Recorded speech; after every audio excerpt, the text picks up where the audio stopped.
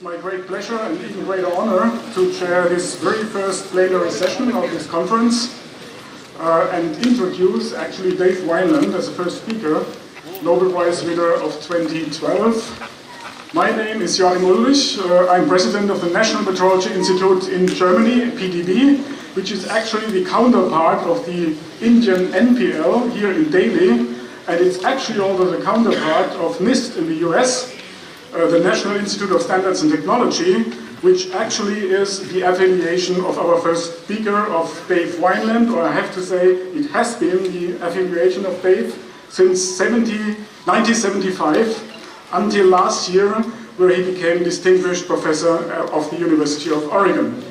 Now, but from the very beginning, Dave studied at the universities of Davis and Berkeley in California. He then went to Harvard, to Norman Ramsay for his PhD, working on hyperfine spectroscopy of deuterium, I assume, before he joined the group of Hans Demelt in Washington as a postdoc, working on the G factor of the bound electron and being able in his group to trap single electrons. And finally, he joined NBS, the National Bureau of Standards, at those times, the time and frequency division actually, and they were at those times dealing mainly with cesium clocks, and this was in Boulder in Colorado. Now, in the years to come, he and his group, and he became group leader in 1979, and I know that he enjoys very much to work in his group, together with his group. They were extremely successful. Among their scientific achievements are the demonstration of laser cooling of trapped ions, a key technology for clocks, for ion clocks. And ion clocks were first demonstrated in 1985 on beryllium ions. In 2006, they demonstrated the first clock on an optical transition in trapped mercury ions with systematic uncertainties smaller than those of the cesium standard of the second at those times. They then turned their interest towards quantum information, demonstrating the first quantum logic clock on optical transition in aluminum-27 with a systematic error or uncertainty of only 1 part in 10 to the 17. And this finally culminated in the Nobel Prize in 2012, together with Serge Haroche, for groundbreaking experimental methods to manipulate and investigate individual quantum systems. Now, up to then, up to the Nobel Prize, Dave had already received 30 honors and awards. And I don't want to name them all, because this would eat up all the time, but maybe some of them. The first ones, often very important actually, were the Phi Kappa Phi Awards of UC Davis and Berkeley, the Department of Commerce Gold Medal in 1985, the Davis and Germer Prize in 1990, Shaflov Prize in 2001, the National Medal of Science in 2007, and the Herbert Walter Award in 2009. And actually, I was at those times on the committee, and I think it was a good decision. So, yes, and certainly after the Nobel Prize, many awards. Dave Wineland is a fellow of the American Physical Society, fellow of the Optical Society of America. He was elected to the National Academy of Inventors, the American Academy of Arts and Sciences, and to the Academy of Achievements. He has been serving in about 75 professional societies and communities. And Dave, we are very grateful that you are here today, and we are very much looking forward to your lecture. Please.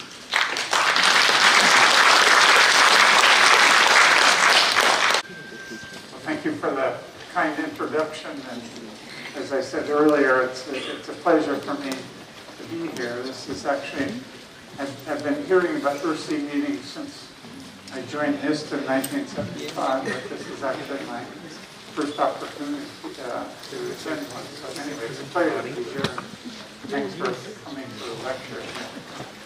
So we can see I'll be talking about atomic clocks, in particular optical atomic clocks, and you'll see why those are of interest as we go along here.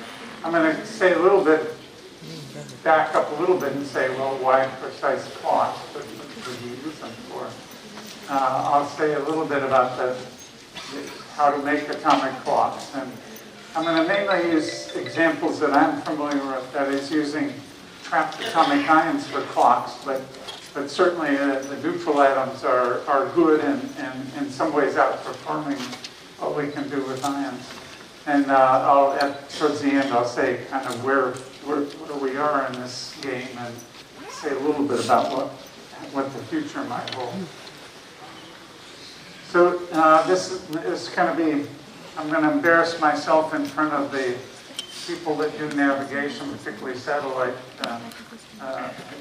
controlling satellites that do navigation, but just to give a bit of history. So I think I'm not a sailor, but I think anybody that sails knows that how do you navigate on the, say on the sea, and the basic idea is certainly to find our position in latitude, basically. It's a very simple scheme. There'll be some stars, say the North Star, that you look at and you measure the angle between the line of sight to the star and the tangent to the Earth, and that allows you, by obviously simple geometry, to determine where you are in terms of latitude. Longitude, of course, it's the same idea, but the fact that the Earth is rotating, then you still measure the same angle, but you need to also know what time it is to be able to tell where you are in terms of longitude. And just to give an idea of the precisions involved, this is, so if you do a little simple geometry here, and the air and position on the surface of the Earth is related to the angle and therefore the time of a frequency reference. And for example, for the rotation of the Earth, the frequency is once per day. And so if we just take the radius of the Earth, and if we assume we want to have a clock that's good to 1 second, that gives about a quarter of a nautical mile in precision. And there's, of course, this very interesting history about this.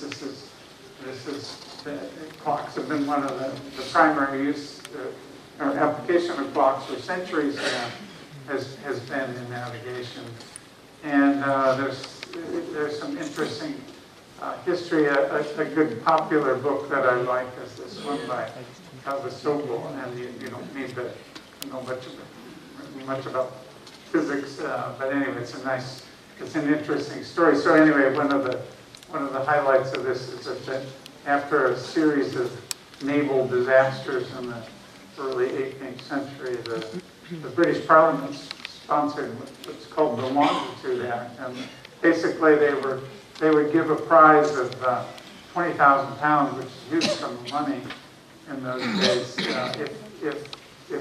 if someone could make a clock that would allow navigation to 30 nautical miles. And in fact, this was satisfied by John Harrison, and part of the story is that the watch, if you've ever seen it, his chronometer looks like a big pocket watch. But anyway, he was very good technical builder of clocks and watches, and so he won he satisfied the requirements for this prize, but the government was reluctant to give him his award, so they made him repeat it, and finally the king stepped in. They kept dragging their heels on giving him his award, and finally the king stepped in and he was able to receive his award, but unfortunately he died just a few years later after that. So, anyway, it's a good story without any much technical detail in this book that I mentioned.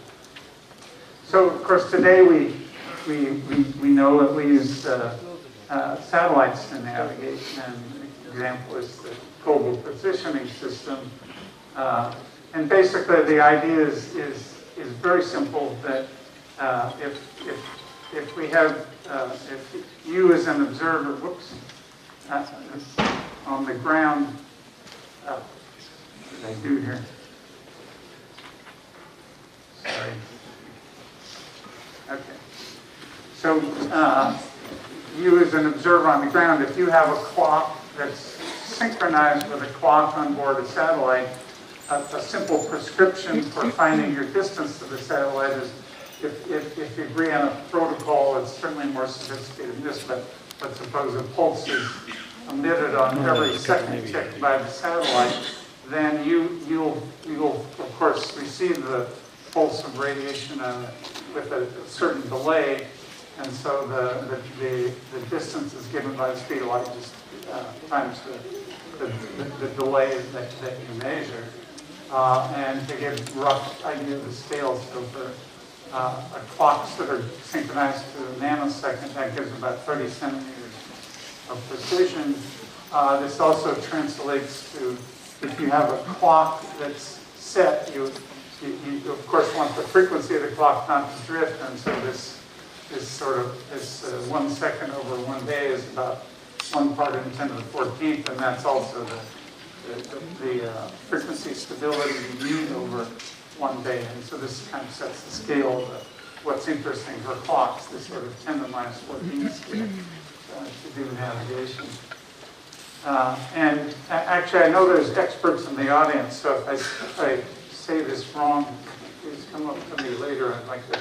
But anyway, the basic idea is with a network of satellites, the system can be over-determined, or another way to say it, you can compile all the data and find the best fit for the situation. But basically, they can find the position of satellites relative to the Earth, and of course, do three-dimensional navigation on the surface of the Earth by having this network of satellites. So clocks, and the idea, for most physicists, the notion of time is just the same as what a layman would have. The clocks are basically what we know, even what people know, even if they're not physicists. And of course, the idea then of a clock is they have some periodic event generator and a counter, and then that can generate time. And the traditional event generators or frequency references are, of course, the rotation of the Earth. And then in the 20th century, and previous to that, there were very good pendulum clocks that provided time much better than the rotation of the Earth. These days, we think about atoms, the oscillation, and this is one example. In fact, this would apply to an optical oscillation, but what I show in this figure on the right is, say, a simple dipole transition in an atom, and this shows the probability density of the electron wave function as it oscillates through the nucleus. And a couple ways to look at that. This is, we can set up a superposition of, say, the ground state and an excited optical level. And the wave function then has this, is a superposition in this coefficient and oscillates at the frequency, natural frequency of this transition, which is given by the energy separation divided by Planck's constant. So then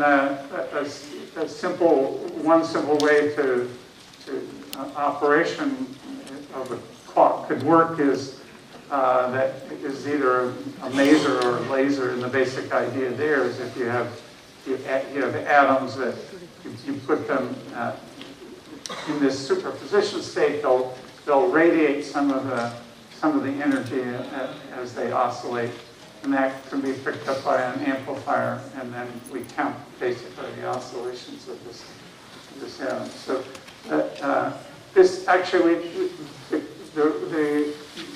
I'll describe the more standard way. We tend to make clocks, not just optical clocks, but clocks in general. The maser and the laser actually are good examples of clock. The one problem we have though with a maser or laser is the cavity that captures the radiation is a resonant system, and so it couples to the resonance of the atom. And if the cavity's frequency is not precisely controlled, that can pull the overall oscillation that we see. So, which is a problem. So, just a little personal history. So, I was a graduate student at Harvard from 1965 to 1970. I was in the group of Norman Ramsey, who is who is here. He's probably one of the most famous atomic physicists of the 20th century. This is actually me trying to get close to the boss there. Anyway, this is I didn't, when I started graduate school, I didn't really know what I'd be doing, but I was attracted to the idea of these precision measurements, and certainly that's the business of atomic clocks. Norman and his colleague Dan Klettner, who later went to MIT, they had invented and demonstrated the first hydrogen masers, which are still used today as frequency references.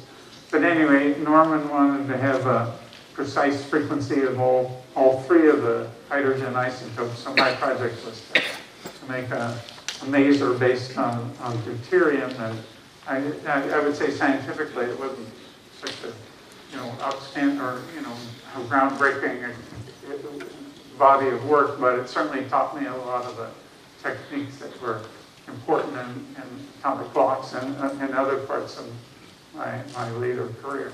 And so of course, some of the key features that we rely on is we want to be able to precisely control the environment. I'll say a little bit more about that in a minute. And in this case too, in these masers, the atoms are, while they're inside this cavity radiating, they're in superposition states for on the order of a second, which is long term in terms of superposition states. So the more typical way, rather than using an active oscillator like a maser or a laser, we typically work in an absorption mode. And so the idea is we have some oscillator here which produces radiation.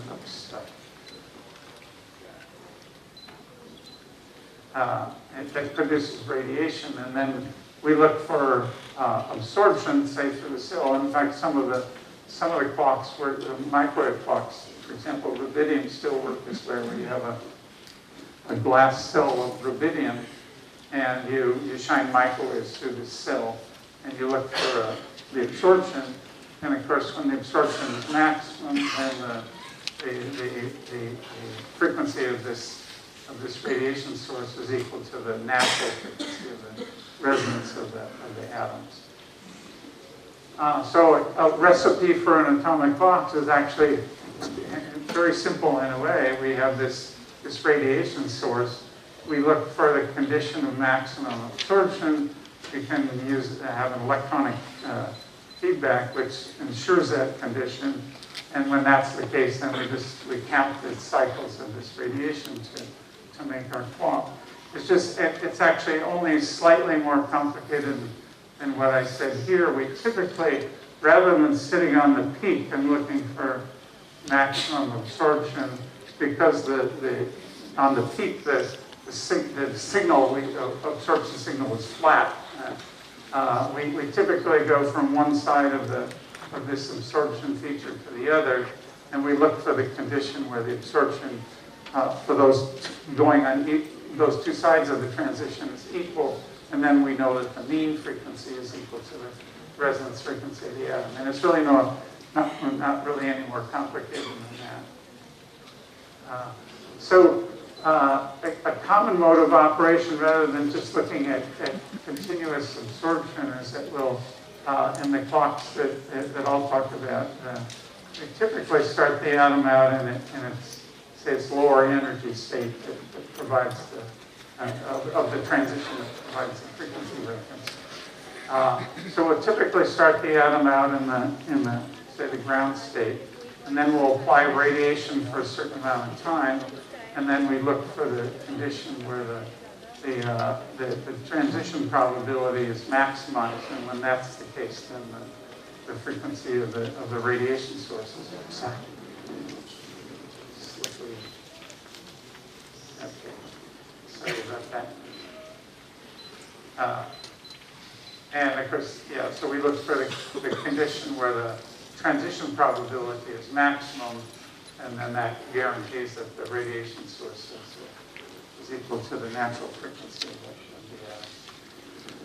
So why atomic clocks? And many of you know the answer to this, but just to give some idea, people that are non-clock experts is basically that, for example, we could compare to a pendulum clock or a quartz crystal, for example, and the situation would be similar.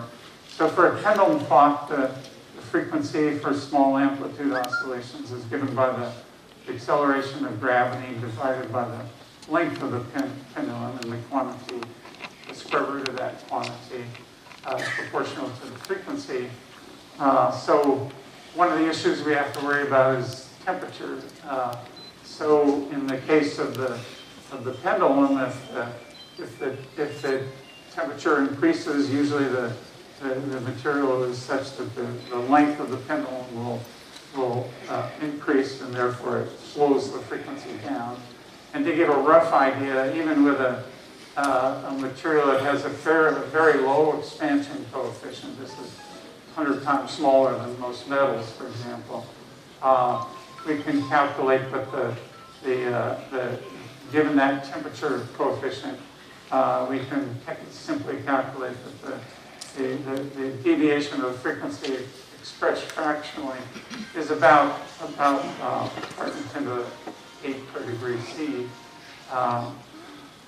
And if we compare to atoms, one of the interesting things we encounter there is the fact that the atoms are moving relative to us, the observers in the lab.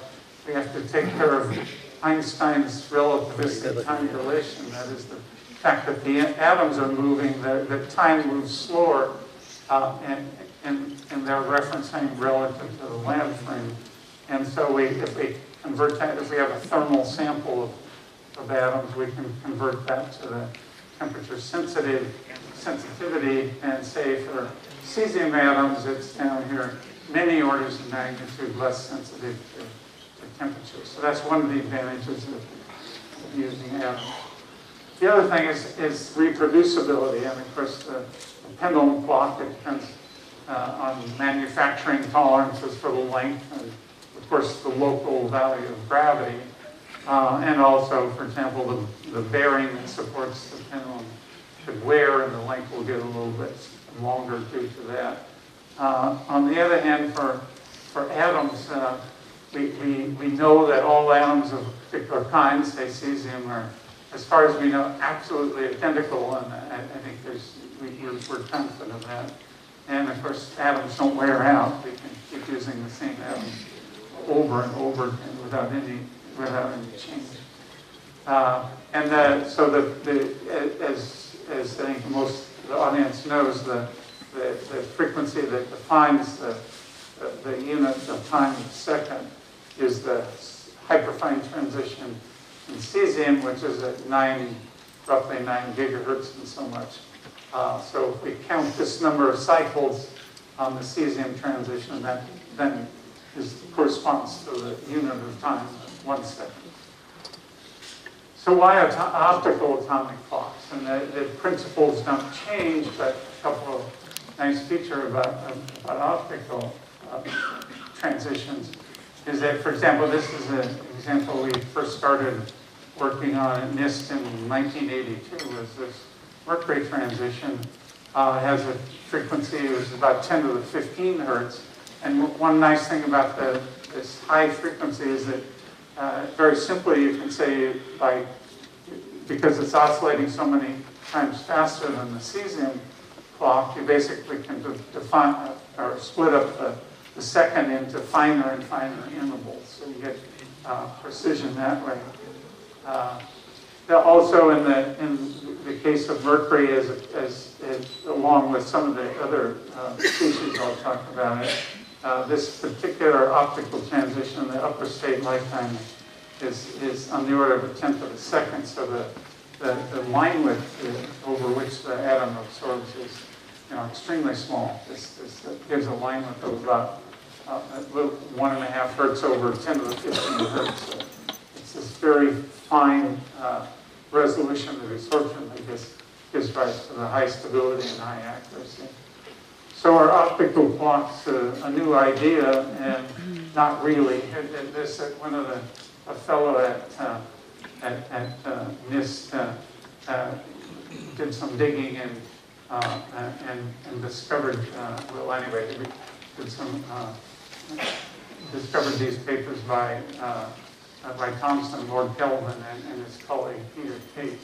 And they in one of their publications, they wrote this. They attribute the idea of an atomic clock actually to Maxwell, but anyway, they wrote that so recent discoveries indicate that natural standard pieces of matter, in this case they were thinking about actually about sodium, they're readily made, and maybe not infinite numbers, but very large, and they're all, and they seem to absolutely like in every physical property.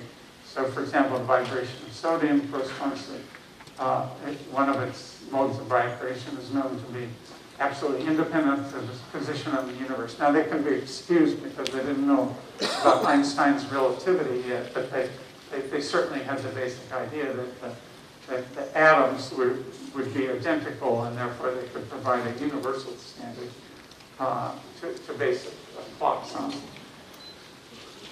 So anyway, I'm going to say a little bit about trapped ions, and after I finished my thesis work with Norman Ramsey, I took a postdoc with Hans Stamos, and Hans Stamos and Wolfgang Paul were they were the inventors of these ion traps, and the one I'll talk about that we used in our experiments at NIST is called a Powell trap, or Wolfgang Paul, and the basic idea, I won't go into the details of the trapping, but we apply, so we hold, say, these two electrodes on the end at ground potential, and we apply a RF potential to this ring-shaped electrodes, and that provides a we call it ponderomotive potential that confines the ion. And without going into the details, a good analogy is it's like a 2D analogy is a marble in a bowl that can roll back and forth. So this trap actually provides a three-dimensional harmonic will, and it's harmonic, particularly at low energy, to a very good degree of approximation. So I actually, when I was a graduate student, I was starting to read about Hans Stamos' experiments, and some of the he did work on hypertime structure of helium and got very high resolutions. The things that limited these experiments was that the ions they were much hotter than room temperature. So the main limitation in these early experiments was the Einstein's the so-called second-order Doppler time relationship that I mentioned earlier. Actually, when I went to Washington, I was attracted to these experiments on atomic spectroscopy, but at that time, Hans Stamos was really focused on trying to measure the G-factor of the electron. That is, the electron has a magnetic moment, and so he set up a many-year project to measure it with high precision. And as I think many of you know, Hans Stamos won the Nobel Prize in part for his ability to measure the electron's magnetic moment. And this is a significant, some people say this is the most stringent test of a standard model, because nowadays the quantum electrodynamics with corrections can predict the value of the G-factor to about a part in 10 to the 12th, and the measurements can verify the theory into that same level. So what I want to talk about, this is one example of an optical clock. And at NIST, we first started thinking about this version of an optical clock in 1981. Took us to get there, and in fact, our group is large enough, and Jim Berquist was really my colleague who was in charge of the clock project. We worked together on this experiment and other ones, but he was really the leader of this experiment. Anyway, so in Mercury, there's a transition, a quadrupole transition. In this case, it's in the near ultraviolet. The upper level here is about a tenth of a second, which gives this very narrow line that I was talking about before. before. Again, we can, nearly all experiments we've done so far are on using single ions in these traps. And this will be our reference transition here.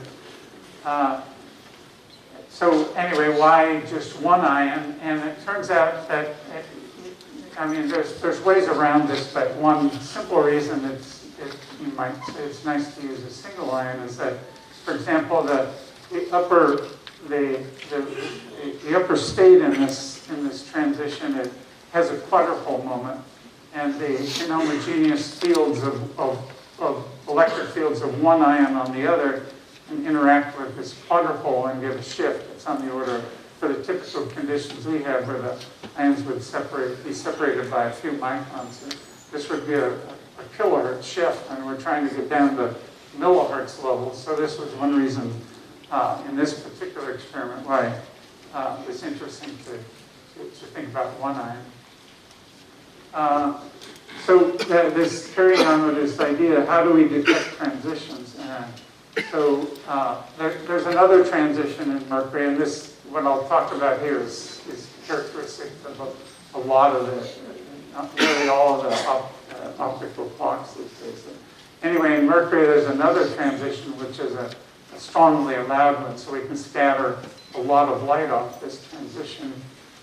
In fact, we can, for this wavelength of 194 nanometers, we can scatter enough light that with a simple crude video camera that's sensitive to ultraviolet, we can actually see a single ion. And in this case, in this camera, there's some ions that barium is a good example where it actually fluoresces in the visible part of the spectrum in the blue. And although we haven't worked on barium in labs that work on barium, you can actually see with your eye and maybe a small magnifier. If you're looking on these traps, you can actually see a single atom with your eye. So the other thing, as I mentioned in the early experiments that Damelt and his colleagues did, one of the main limitation on accuracy was the second order or time dilation shift of the motion. Obviously we want to be nice if we could suppress the effect altogether with cooling. And so I'm going to talk about one form of cooling, the simplest one. And if I do this right,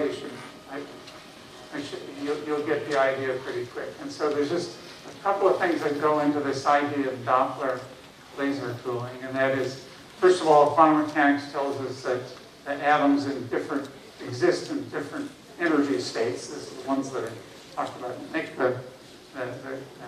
For example, can make the transition that we use for the clock. So if atoms are at rest, they'll absorb and re-emit photons maximally at this resonance condition that I have been talking about before.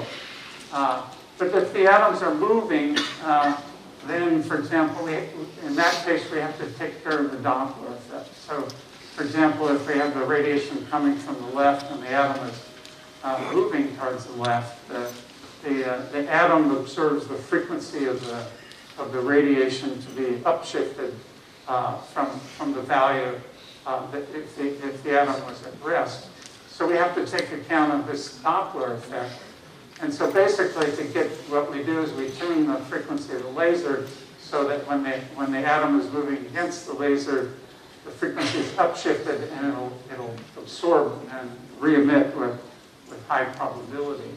And so then the only other thing we have to take into account when the atoms absorb the photons, they receive the momentum kick of the photon during the absorption process, and it slows down their velocity. The nice thing that happens, of course, if the atom is moving in the other direction, if it absorbs a photon, it wants to increase the velocity, but in that case, because of this tuning of the laser, it's shifted farther out of resonance. So it predominantly only absorbs when it's moving against the laser. I mean, a simple fix for all directions is to have laser beams coming in from all directions, but in the ion trap, since we can have three modes of oscillation that are different. We bisect all modes, and so we just need one laser to do this laser cooling. Anyway, this has become this idea of Doppler cooling has become a mainstay in many atomic physics experiments, and there's more sophisticated cooling that we undertake. But this forms the basis for this gets us to a very low time relationship. So when I went to, after working on stainless lab, I went to NIST, and fortunately my group leader at that time, the person that hired me, my first job was actually to calibrate the new cesium beam standard. So I worked with the fellow that had built it, David Glaze is his name. And anyway, but my group leader, Helmut Helbig, got us some money to try this idea of laser cooling. So with his support, we were able to do one of the first demonstrations of this idea of Doppler cooling. So let me come back to this idea of mercury being a clock. So this again is the transition we're going to use to provide the frequency reference for our clock. And the idea is that one way to think about the experiments is we start the atom in the ground state, and then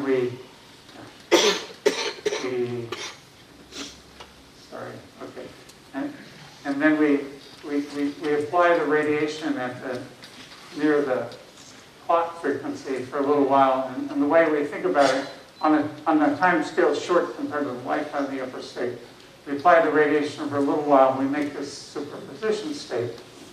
And the way we can detect the transition then is if we use this other laser that also supplied the laser cooling. So if they, for example, and this provides detection. Now when we shine, if we have this state in a superposition, and we shine this other laser on the atom, if the superposition collapses to the ground state, we say projected or collapses during this measurement with this laser, then we see fluorescence, and we can easily then detect if we just detect a small part of the fluorescence, we can tell that the atom is in this state. On the other hand, with the same superposition, pardon me, if we collapse when we do apply this laser, if the atom is projected or collapsed into this upper level, then we don't see scattering. And in fact, with collecting a very modest amount of the scattered light, we can easily tell which state the atom is in. So if we apply this is detecting, I forgot this was detecting the fluorescence for a few milliseconds. And if we put a discriminator right there, we can tell with essentially 100% efficiency which state the atom is in. Now that doesn't mean the noise goes to zero, because there's always the noise associated with the statistics of which state the atom is projected into from this superposition, so-called, we call that quantum projection noise. And this is the limit in many of the clocks we make, the statistical fluctuations and whether or not the atom, or based on which state the atom is projected into. So just a few details about this experiment in mercury. We start out with an apparatus. So here's, it's hard to see in this picture. There's our track, which I showed the schematic of it. Just the dimensions are on the order. The openings are on the order of a millimeter, so it's a little hard to tell. But anyway, here is an imaging lens that we used to collect the fluorescence from, and the resonance light would come in, let's say this port here, and illuminate the ion. One of the stories we had to deal with at room temperature. When we back up a little bit to load mercury ions, what we do is we leak in a little bit of mercury vapor, and then in those days we just use an electron beam to ionize the neutral mercury atoms. These days we use photoionization with another laser beam. But anyway, the problem we had at room temperature we would leak mercury into the system. Now, many of you know that mercury amalgamates with metals like copper, and so even though we turn the source off, there would be mercury coming out of the metal. And it turned out that anyway, one of the problems we had is that when the mercury ion was in the excited state of its optical transition, if it collided with a neutral mercury, it would photoassociate. So it would be an excited state. It would emit the photon, but then it would make a diamond, which would, of course, kill the clock. And so basically, with that problem, we had decided to sort of hit the problem with a sledgehammer. That is, we went down, we made an apparatus that would go down to 4 Kelvin, and at that temperature, any helium, sorry, any hydrogen, any mercury in the background would be frozen out on the walls of the system. So we literally went from lifetimes at room temperature of about 10 minutes to 6 months or more. I mean, we only lost times, not because we just did something stupid with the apparatus. But anyway, so that got rid of this problem due to the loss of ions due to collisions. And of course, it also then suppresses the perturbation of collision. Also, another thing we're at such levels of precision, we have to worry about the shifts due to black body radiation, and at these low temperatures, the effect the black body radiation shift causes temperature to power. So by going to liquid helium temperatures, we basically get rid of that shift. So there's some other features here in the clocks that we need to take account of. So we have these transitions, but of course, in order to realize the full potential of these transitions, you need a laser that's ideally has a line width narrower than the transition that we're trying to probe. And so this was also a project led by Jim Berquist, and the basic idea, and this is almost universal. It's what people have been doing before us and up until this day. Basically, if you have a laser beam, you stick it through a simple tool mirror, typically a fabric row cavity, and of course the radiation builds up maximally when the number of when there's an integer number of half wavelengths inside the cavity. So basically the idea is you can stabilize the laser by stabilizing to this condition where you've built up the power maximally inside this cavity, and then you use a simple feedback mechanism to control the frequency of the laser. Of course, and so this was just an experiment. This was first of all, the mirrors were mounted for this cavity were mounted on a low extension glass, and then the whole system was put in a vacuum can. And then one of the key features, of course, is that after you lock the laser to basically the distance given by this condition there, of course, you have to worry that the distance between the mirrors is fluctuating, and so what this early apparatus shows is that this cavity was suspended on a small optical table, and a simple mechanical filter was made just by suspending this table by rubber bands. It's basically surgical tubing, and it provided a very good vibration isolation. And so this was actually a laser that was tuned to basically its wavelength was twice what the absorption in mercury was. We would simply double the radiation. But anyway, it shows a line width of about 0.2 of a hertz average over 20 seconds in this case. And this, I mean, as I say, this is a standard, has been a standard thing before we started on. I think this was the record at that time in terms of stability. But the same idea is used. I think the most famous example people are familiar with is basically this is how the gravity wave detectors work. Is you look at you lock a laser to this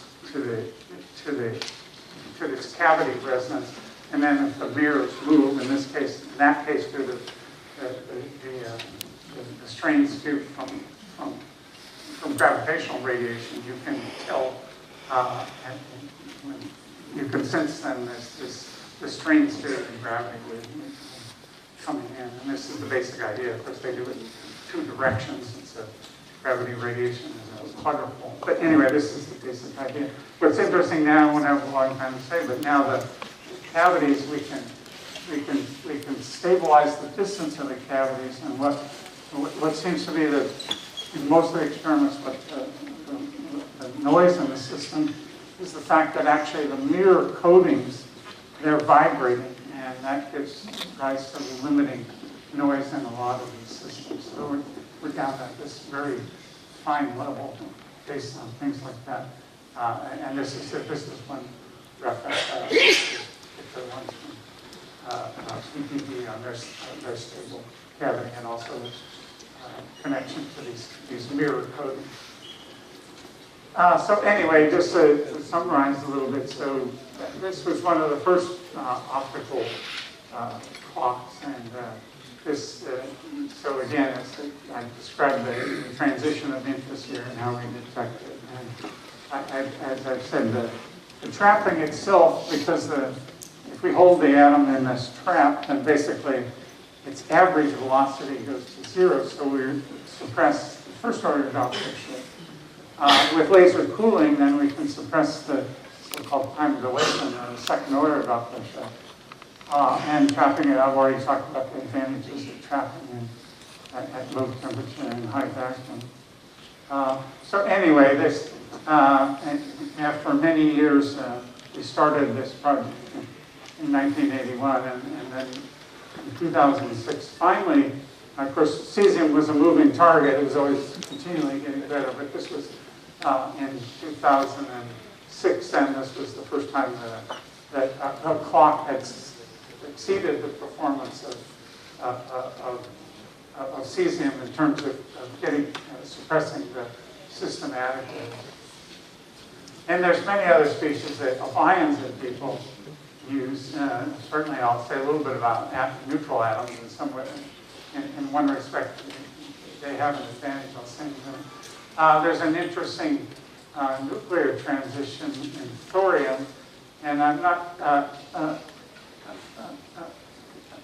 Eckhard Pike is going to be talking tomorrow, and he's one of the people that are pursuing this transition. I'm not sure he's going to talk about that tomorrow, but anyway, this nuclear transition is interesting because it's in some sense it's shielded by the electron cloud outside, and there's some very interesting features about this that might apply to future clocks in this thorium.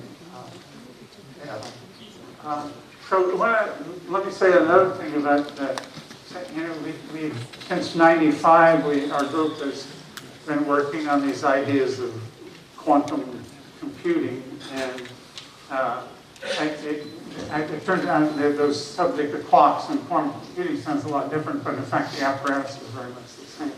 So one of the simple applications we use from these quantum computing experiments is that, for example, in this experiment on aluminum, we start the atom in the ground state, we excite it, try to excite it to the upper state. Here the lifetime is considerably longer than mercury, so it's an even narrower transition. But the problem is that there's actually a transition that, like in mercury, we could look at the scattered light here. Unfortunately, it's at a wavelength that's just not easy to get into the wall. So what we did in this experiment is we would put in in addition to our clock atom, we would put in the harmonic well of the ion trap. We would put in this case, a magnesium ion. In some senses, like a pseudo molecule. But anyway, the basic idea is because we couldn't directly detect this transition, what we would do is we would freeze out the motion, that is, and start the atom in its in its quantum ground state of motion. So after driving this transition, in general the atom would be in a superposition state. And then what we would do is we'd map this superposition state of the clock onto a superposition state of motion, and then map that onto a superposition state of magnesium. And the reason we did that is it turns out magnesium was much easier to detect with this fluorescence method. And so anyway, we call this a quantum logic clock. But anyway, it's an application of some of these quantum logic ideas onto clocks. So anyway, in this experiment here, one nice advantage, or at least one of the advantages of this system is that we can, if we want to go to the very narrow transition time, very long transition times, in, say, in this aluminum ion, we do have heating, which from noisy electric fields in the background that could cause the ions to heat up and therefore give rise to this second-order time dilation shift. One nice thing about this scheme is that the atoms are tightly coupled together, so we can continuously leave the laser cooling on this ion and keep the clock ion cold while we're interrogating it. And there's some other advantages here I won't go into that are helped by having this auxiliary ion. Anyway, in around 2010, the accuracy got down here to a little under a part in 10 to the 17 using this quantum logic idea on aluminum. So let me say a little bit more about frequency shifts. There's some interesting effects here. So I've already talked about the first order Doppler effect, and then the so-called second order time dilation shift. So I mentioned earlier that since the ion is confined, its average velocity goes to zero, but one effect we have to take into account is that the trap is going to be on one end of the optical table, and the laser will be on the other, and if the temperature in the room changes, the table is going to expand and contract, and the velocities at this level of 10 minus 18 we're sensitive to is about, so to get 10 to minus 18, that corresponds to the first velocity and a corresponding first order Doppler shift, but for a velocity of about 0.3 of a nanometer per second.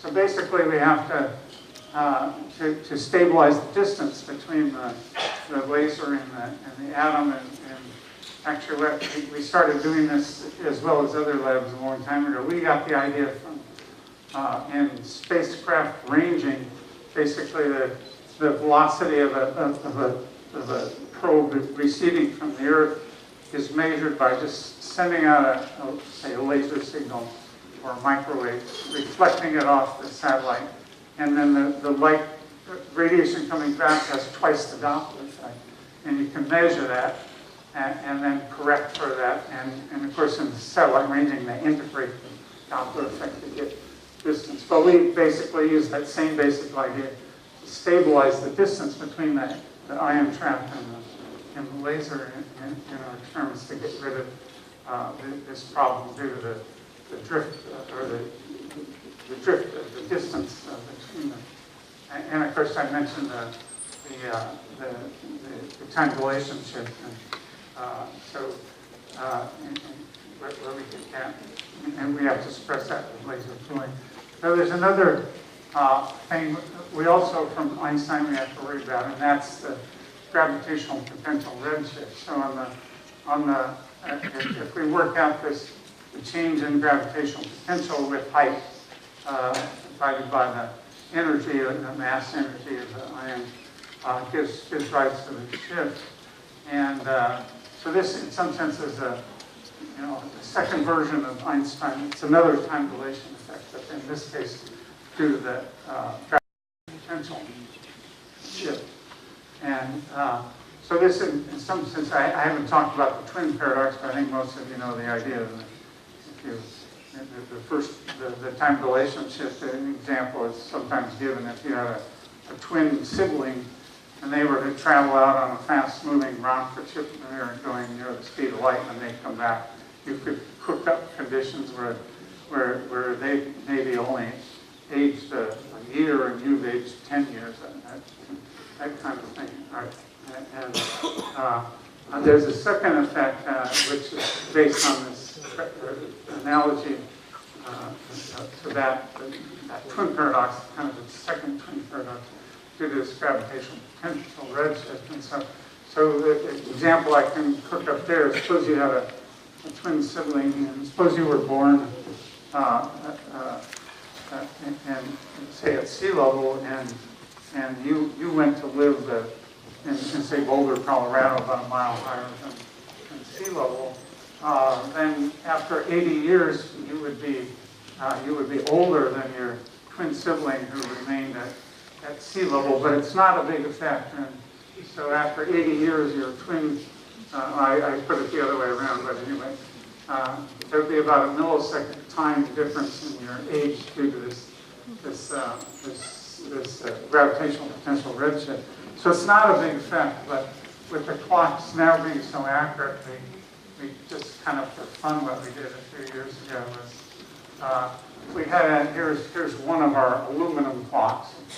Not quite a wristwatch model yet, but anyway. And we had one in an adjacent lab.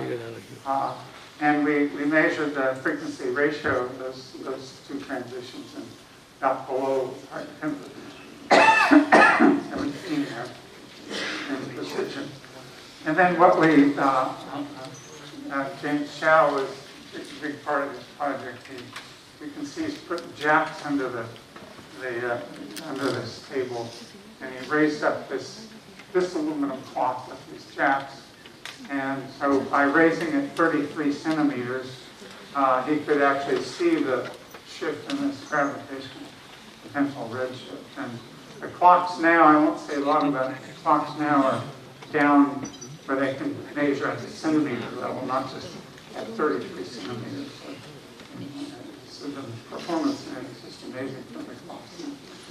So I won't go through all of this, but there's a couple of features I wanted to say on this. It's kind of a busy slide. So with ions, we can actually, I talked about single ion experiments. We can actually store a string of ions.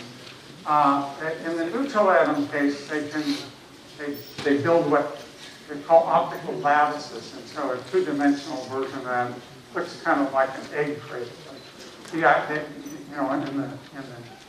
limit, they can store single atoms in each one of these sites of this egg crate. And the big advantage there is that, in a practical sense, is that typically they can store a lot more atoms than we can ions in our trap. And so that's something we have to deal with. And the reason that's important is that so larger numbers, it takes less time to reach a certain measurement precision.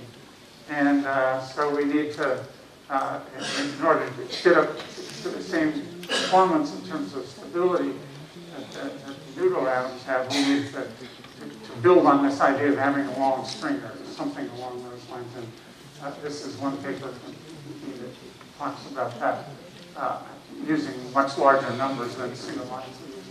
So let me just say a little bit about the performance. What I'll mention here in blue, I've shown the systematic precision. And so you can see all these numbers, we're now down to a level of about a part per 10 to the 18th imprecision due to systematic effects. And I mentioned the fact that with the neutral atom experiment, because they have so many more atoms, they can measure down to these levels in a very short amount of time. And let's see, I'll show, for example, a good example is from the Chinese group at Gila. This is the so-called stability. So this is, if you're not familiar with it, this is the fractional imprecision due to the measured clock. And by measuring longer times tau here, you can reduce this effect by 1 second. The statistical precision is down to about 3 parts in 10 to the 17, so they don't have to measure very long to get down to these 10 to minus 18 numbers in those clocks. And there's other groups with similar measurement precision. And of course, I've only listed a few examples here. Many other ion and neutral atom groups throughout the world working on this slide. I just to mention a couple of things that are here at the PRC meeting. Eckhard Pike will talk about experiments on ytterbium tomorrow. And there's also talks on strontium neutral atoms from NIM in Beijing. And also there's a contribution here from NPL also on ytterbium ions as clocks here at this meeting. So what's the future hold? And I think actually still one of the primary applications people think about. I mean, you think if we're getting now down to centimeter precisions in navigation, why go any farther? And actually one thing people are thinking about is that, for example, a precursor of earthquakes is typically the strain of the surface of the Earth, that is the relative height of one location versus another, separated by maybe kilometers, is a measure. The strain that builds up is a measure, precedes earthquakes. And so, for example, it might be used to help with earthquake prediction. And also, there's the idea of using the gravitational redshift to do geodesy around the Earth. And there's many other applications I won't talk about. I mentioned briefly this idea of quantum computation and simulation with these techniques we use on the clocks and force sensing. And there's other things in the clocks, for example. Several groups have done experiments where you look at transitions in two different atomic species where the frequencies, the contributions from the relative forces, say strong versus weak electromagnetic, come in different proportions. And so by looking at the possible frequency drift of the clocks over time based on these different atoms, you can check these ideas about people speculate the forces may not be constant in time. And there's similarly people talking about gravity wave detection using basically the frequency of two atoms separated by some large distance if it's perturbed by gravity waves. They detect that, and also the ideas, there's very closely related ideas to dark matter detection. And of course, it's been a sport for ever since clocks were invented, is maybe we can find deviations from Einstein's theory of relativity. And so far, we haven't been able to do. He's done just fine. So, and as usual in any endeavor of science, we have these applications now, but probably maybe the most important ones, we don't know what they are yet, but they're probably down the line. So with that, I'd like to conclude and, of course, emphasize that this work that came out of this NIST was due to a large number of people. In the late 70s that we started, there was just 3 of us, and we grew to close to 30, and all these people, many, several staff, many postdocs and visitors and students, of course, they're the ones that really carried out this work. And so, any experiment like this, the work was really done by a large number of people. So with that, I will stop. Thank you.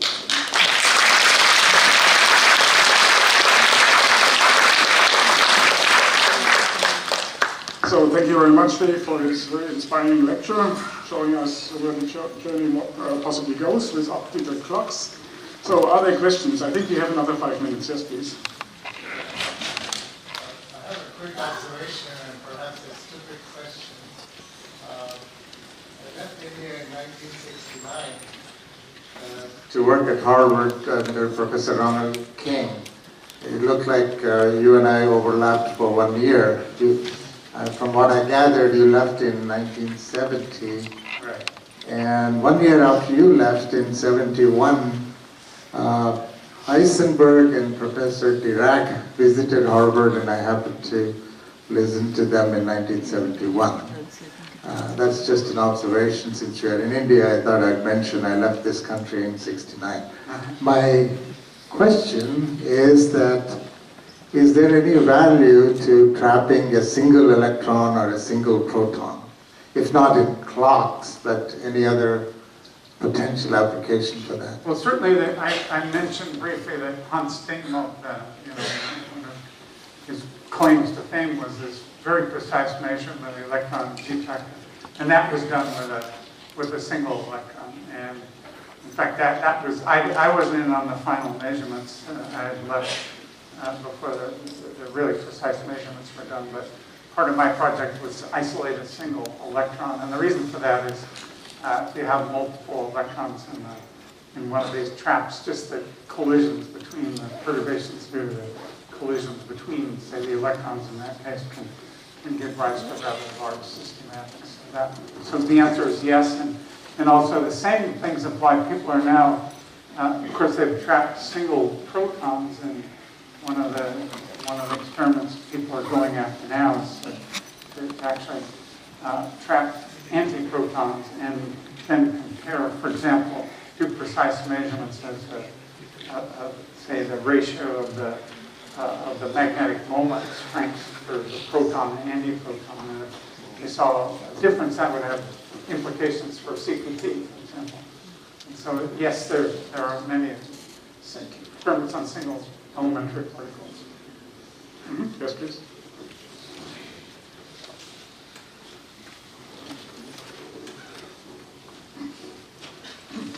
Well, this is excellent lecture, of course. But the question, what you mentioned, navigation, this is due to gravimetry, yes? But navigation with accuracy of 1 centimeter, in what practical case in life is needed?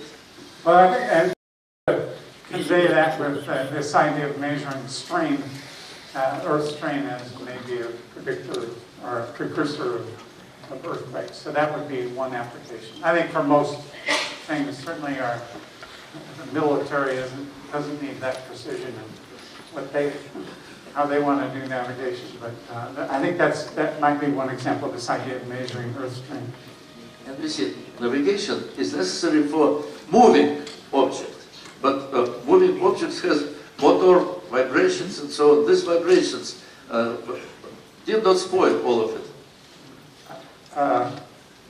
Vibration of motor, for example, this is a rock. We need to have navigation for the rock, but there is engine, so vibrations, will they spoil this accuracy or not?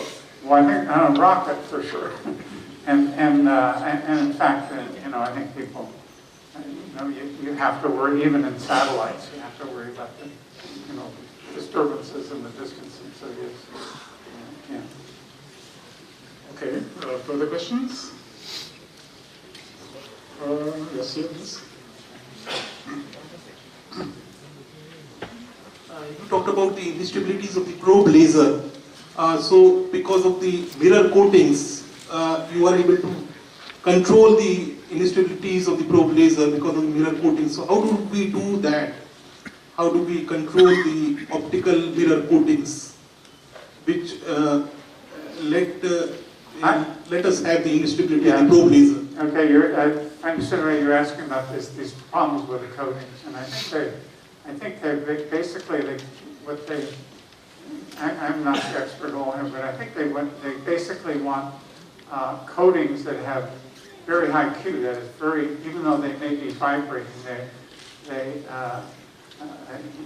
the spectral lines imposed by these vibrations are very high Q, and they can that helps suppress this noise from this excitation of the coating.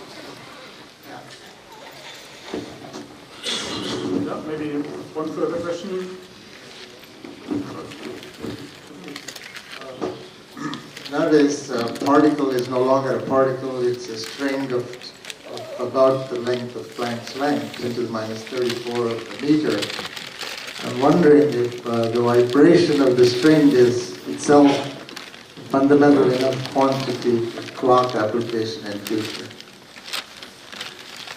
Maybe, I don't think about that one.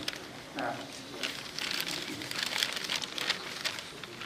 Okay, so I think I don't see any further questions. We stop with that very distant view into the future. Thank you very much again for this great lecture.